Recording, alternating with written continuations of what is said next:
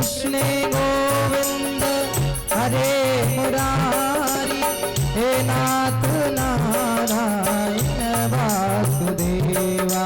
श्री कृष्ण गोविंद हरे मुरारी, हे नाथ नारायण वासुदेवा। श्री कृष्ण गोविंद हरे मुरारी, हे नाथ नारायण वासुदेवा। श्री कृष्ण गोविंद हरे मुरारी, हे नाथ नारायण वासुदेवा।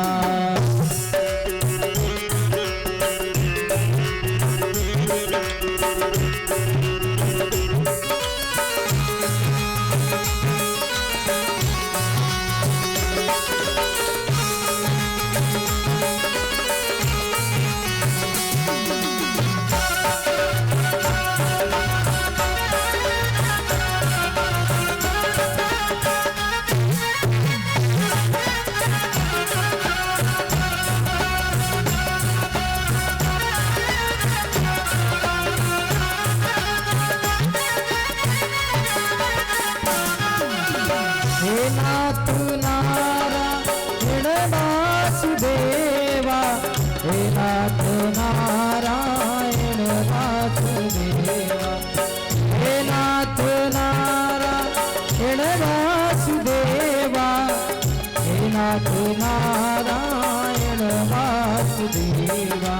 श्री कृष्ण गोविंद हरे मुरारी, हे नाथ नारायण वासुदेवा।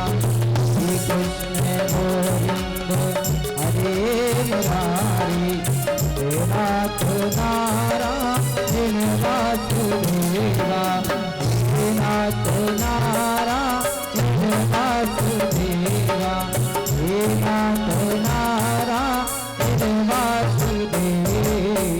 बुलवांकुर हरि लाल की। पंछियों के प्रधान पुरुष उद्धव जी गुरु बृहस्पति के शिष्य और भगवान कृष्ण के मंत्री थे। एक दिन भगवान कृष्ण ने उद्धव को एकांत में बुलाया और कहा, उद्धव जी, बहुत समय हो गया है, ब्रज की कोई खबर नहीं मिली। तुम जाओ और हमारे माता पिता को और गोपियों को सांत्वना दे करके आओ।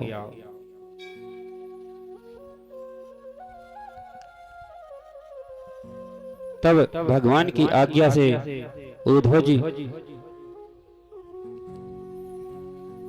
ब्रज जाने के लिए तैयार हुए। भगवान ने एक चिट्ठी लिख करके रख दी कि जाओ इनको गोपियों को दे देना। उद्धव जी चले हैं, रथ थोड़ी दूर निकला, तब भगवान को याद आया कि मैंने सब तो लिखा है, अपने माता पिता को तो कुछ नहीं लिखा है। तब भगवान कहते हैं, अरे उद्धव, थोड़ा ठहर तो जाओ, मैंने अपने माता पिता के लिए कुछ नहीं लिखा है।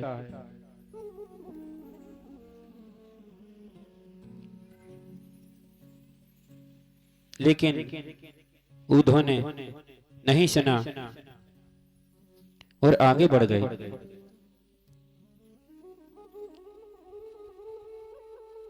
उद्धव जी महाराज ब्रज में पहुंचते हैं। नंद यशोदा के यहाँ उद्धव जी आए। नंद यशोदा ने उद्धव का स्वागत किया और कुशल क्षेम पूछा।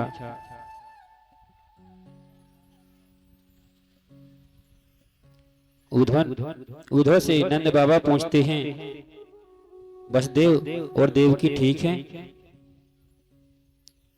मथुरा में सब कुछ ठीक है? कहाँ? हाँ, सब ठीक है। रात्रि में वहीं विश्राम किया। सुबह गोपियों ने देखा कि एक रथ बाहर खड़ा हुआ है, तो मन में विचार किया कि कोई ना कोई तो आया होगा जब रथ खड़ा है।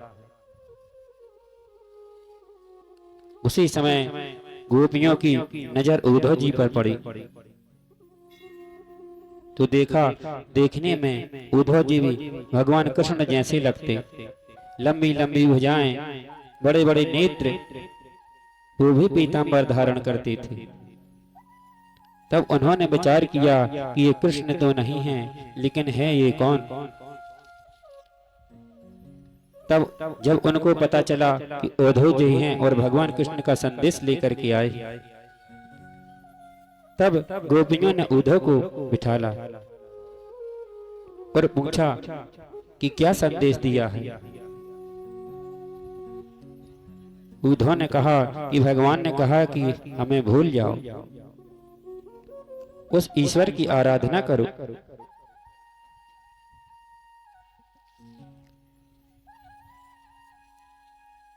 तब गोपियां कहती हैं,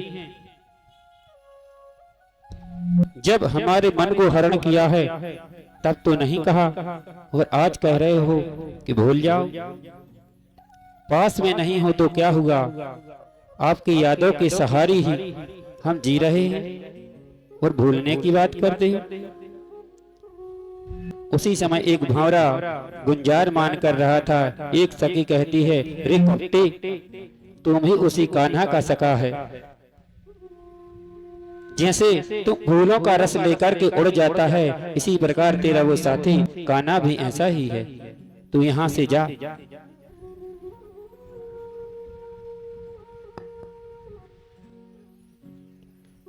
कुछ सखियां कहती हैं कि हमारे कन्हैया में प्रेम की मोहिनी है,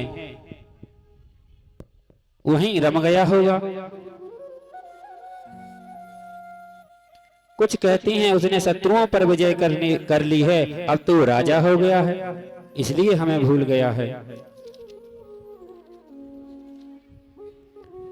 इसी प्रकार से उद्धव ने बड़े ज्ञान की बातें सिखाई, लेकिन गोपियों को कुछ समझ में नहीं आया।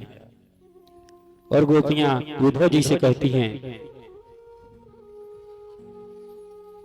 कि हे उद्धव जी, तुम भले ही ज्ञानी हो, वेद शास्त्रों का ज्ञान है, लेकिन तुम्हें प्रेम का ज्ञान नहीं है।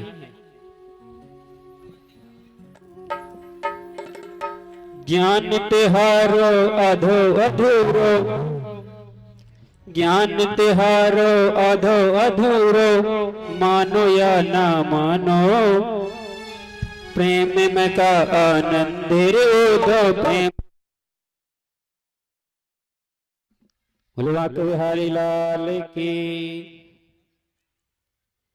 ज्ञान तिहारो अधो अधूरो, मानो या ना मानो, ज्ञान तुम्हारो अधो अधूरो, मानो या ना मानो, प्रेम में का आनंद रो, प्रेम करो तो जानो। प्रेम की भाषा न्यारी है, प्रेम की भाषा न्यारी है, ये भाई अक्षर प्रेम वेद शास्त्र पर भारी है।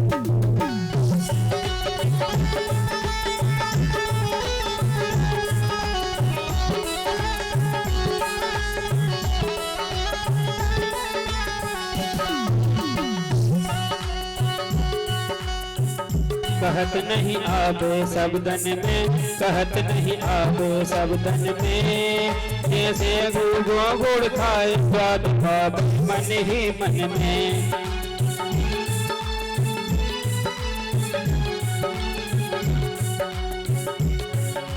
ज्ञान तिहारो अधो अधूरो, मानो या ना मानो, प्रेम में का आनंद रे उद्धव, प्रेम करो तो जानो।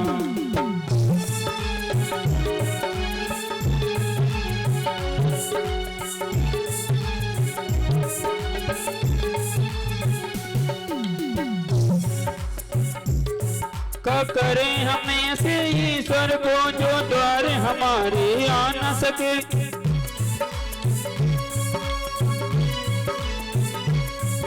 कृपा करें हमें से ईश्वर को, जो द्वार हमारे आ न सके, माखन की चोरी कर न सके, मुरली की तान सुना न सके।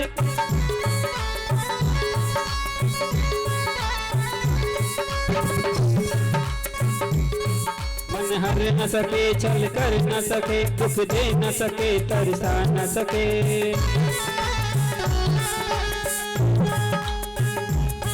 मन हर्ष न सके, छल कर न सके, दुख दे न सके, तरसा न सके।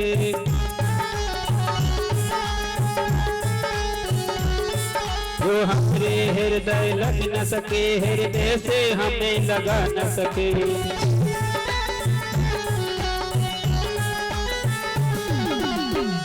तिहारो अधूरो मानो या ना मानो, प्रेम में का आनंद उदो, प्रेम करो तो जानो।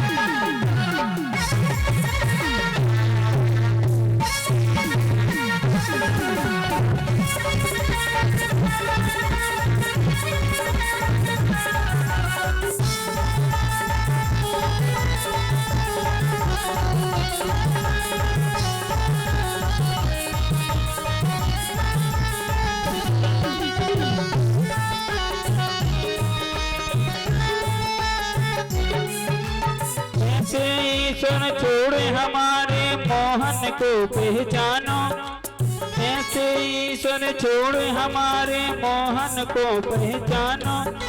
प्रेम का आनंद उठो, प्रेम करो तो जानो। प्रेम की मीठी वाणी है, प्रेम की मीठी वाणी है। खारो है ज्ञान को सिंधु, प्रेम जमुना जल पानी है।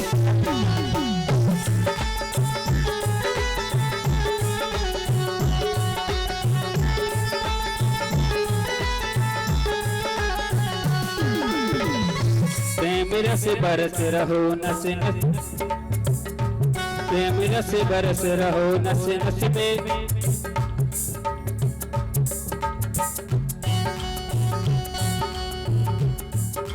ब्रह्म ज्ञान को कछूतना छीके पे रख दे, ब्रह्म ज्ञान को कछूतना छीके पे रख दे। हम गोविंद संग बैठ के प्रेम की शिक्षा दे।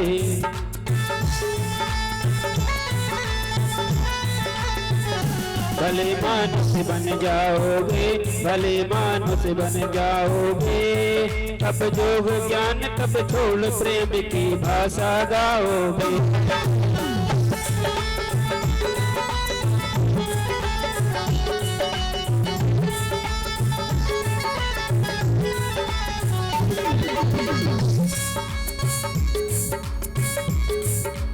मेरे गुण को मूल मेरे ही गुण गाओगे। कछु दिन रह देखो ब्रज में, कछु दिन रह देखो ब्रज में। हे प्रेम ही प्रेम यहाँ की में भरी रज में। कोई मोहिनी मोरत सोहिनी सोरत जातन जादू कर जाएगी। कोई मोहिनी मोरत सोहिनी सूरत जातन जादू कर जाएगी। प्रेम की नागिन डस जाएगी।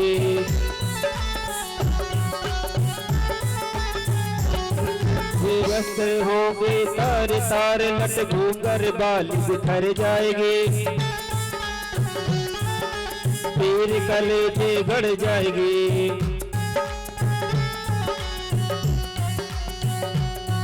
जब प्रेम की मंत्रा जागोगे तब ज्ञान की भांग उतर जाएगी। जब जन्म जन्म की गति सुधरेगी तो दो दशा बिगड़ जाएगी।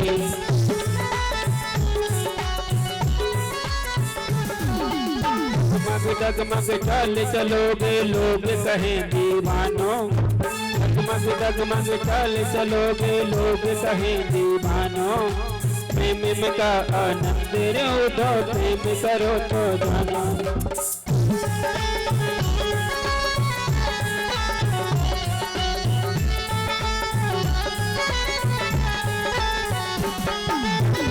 सखा बोराए डोलोगे, सखा बोराए डोलोगे, तुम ज्ञान की भाषा छोड़ हमारी बोली बोलोगे।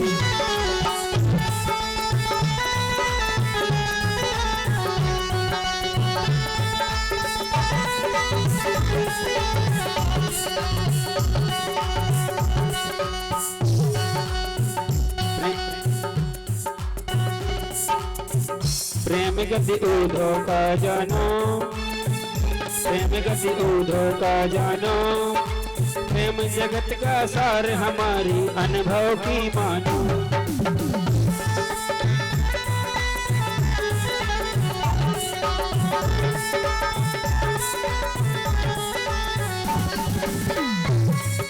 ग्रहण करने को गोपियां ऊधो का विश्वास, ग्रहण करने को गोपियां ऊधो का विश्वास,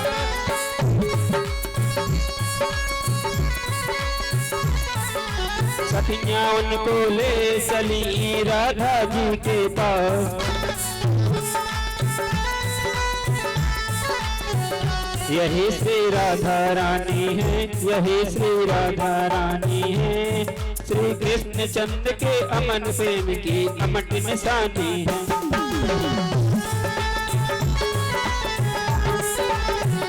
इन्हें प्रणाम करो ऊधो, इन्हें प्रणाम करो ऊधो, अर्थ धर्म काम और मुझको मिल जाए वो सूधो।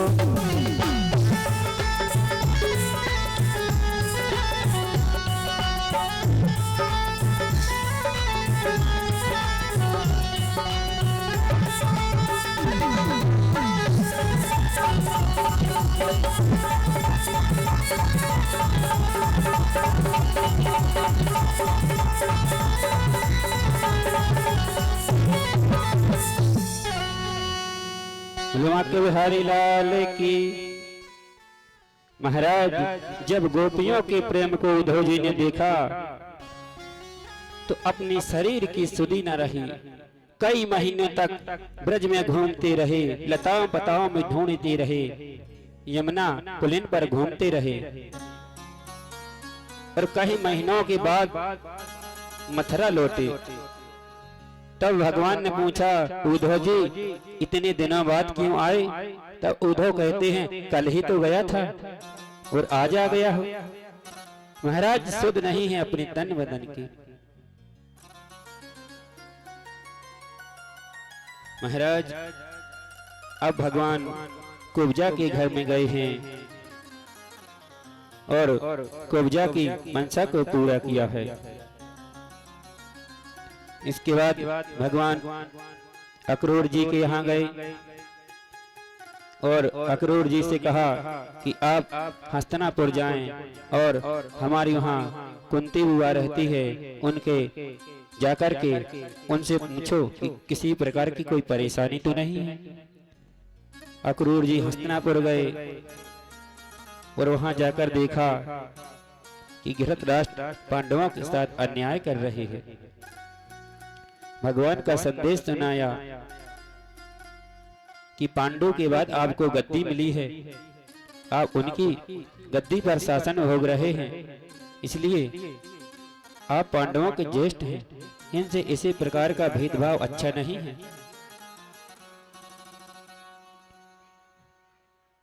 अब जब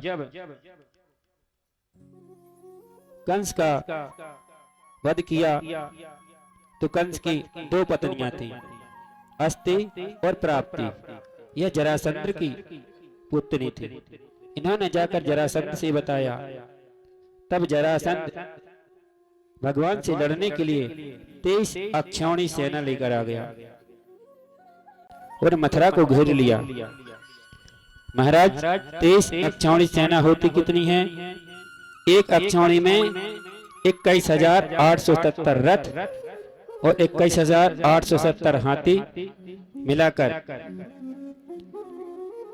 और 65,610 घोड़े और कुछ पैदल सैनिक, ये एक अक्षौणी है। इस प्रकार 23 अक्षौणी सेना लेकर के आ गया और आकर के मथुरा के दरवाजे पर आकर भगवान को युद्ध के लिए ललकारने लगा।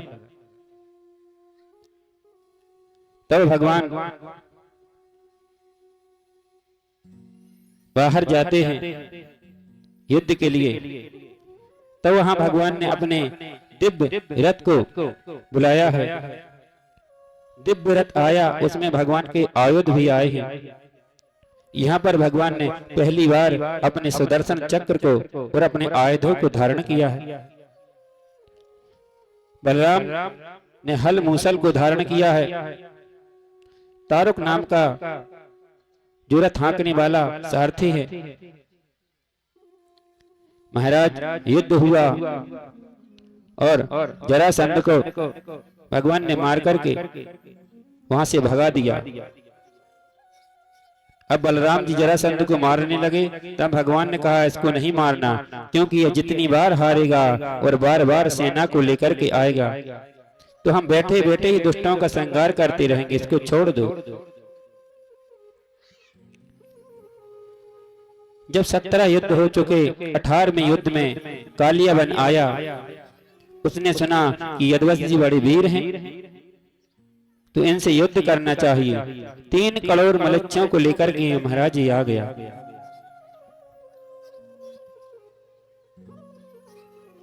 इधर से कालियावन की सेना और उधर से जरासंध की सेना। भगवान ने मन में विचार किया कि अब मथुरा वासी यहाँ सुरक्षित नहीं है, कहीं अन्यत्र हमें अपनी नगरी बसाना चाहिए।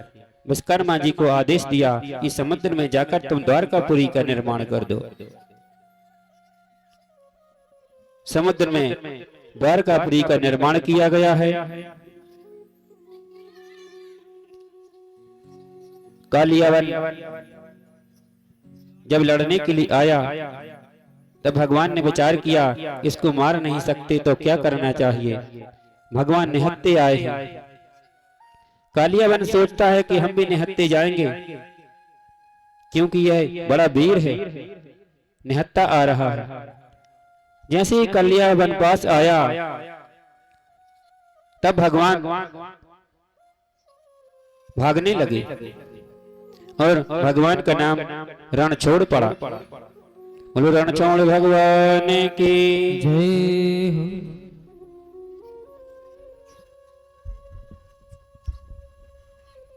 भगवान धीरे धीरे आगे बढ़ रहे हैं। कालियावन पीछे पीछे भाग रहा है और कह रहा है मैंने यदुवंशियों का बहुत नाम सुना था, तू तो रण में पीठ छिपा करके भाग रहा है। भगवान धीरे धीरे ले जाकर के कालियावन को उस गुफा में ले गए जहां मुचकुंद सो रहे थे। भगवान ने अपनी पीतांबरी उसको उड़ा दी। कालियावन गुफा में गया और जोर से 3 बार अपने पैर से प्रहार किया। तब मुचकुंद जी उठे और उठकर जैसे ही कालियावन को देखा, दृष्टि पड़ती हुआ भस्म हो गया।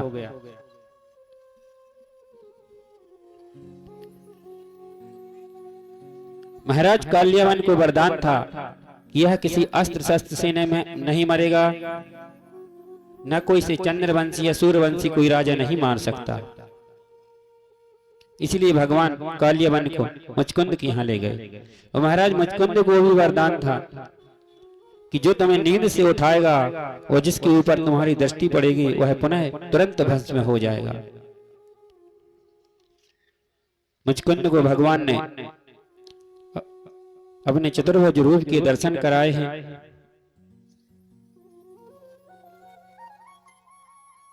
भगवान को देख करके मुचकुंद ने कहा कि आप क्या सूर्य हैं, क्या अग्नि हैं, आप कौन हैं? आप अपना नाम बताइए। मैं मुचकुंद हूं, मानधाता का। इक्ष्वाकु कुल का वंशज हूँ। आप कौन हैं? भगवान ने कहा, मेरी अनेक नाम हैं, एक धूल कणों को गिना जा सकता है, मेरे नामों को नहीं। लेकिन तुमने प्रश्न किया है तो मैं बताता हूँ, मैं देवकी और वसुदेव का पुत्र हूँ। दुष्टों का संहार करने के लिए ब्रह्मा जी ने मुझे भेजा है।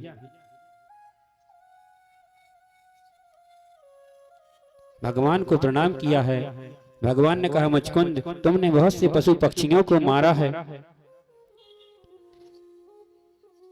अब तुम यहाँ से जाओ और तपस्या प्रारंभ कर दो।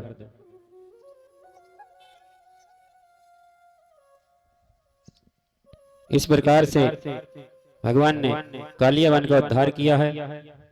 2 मिनट भगवान नाम संकीर्तन, उसके बाद कथा में प्रवेश करेंगे।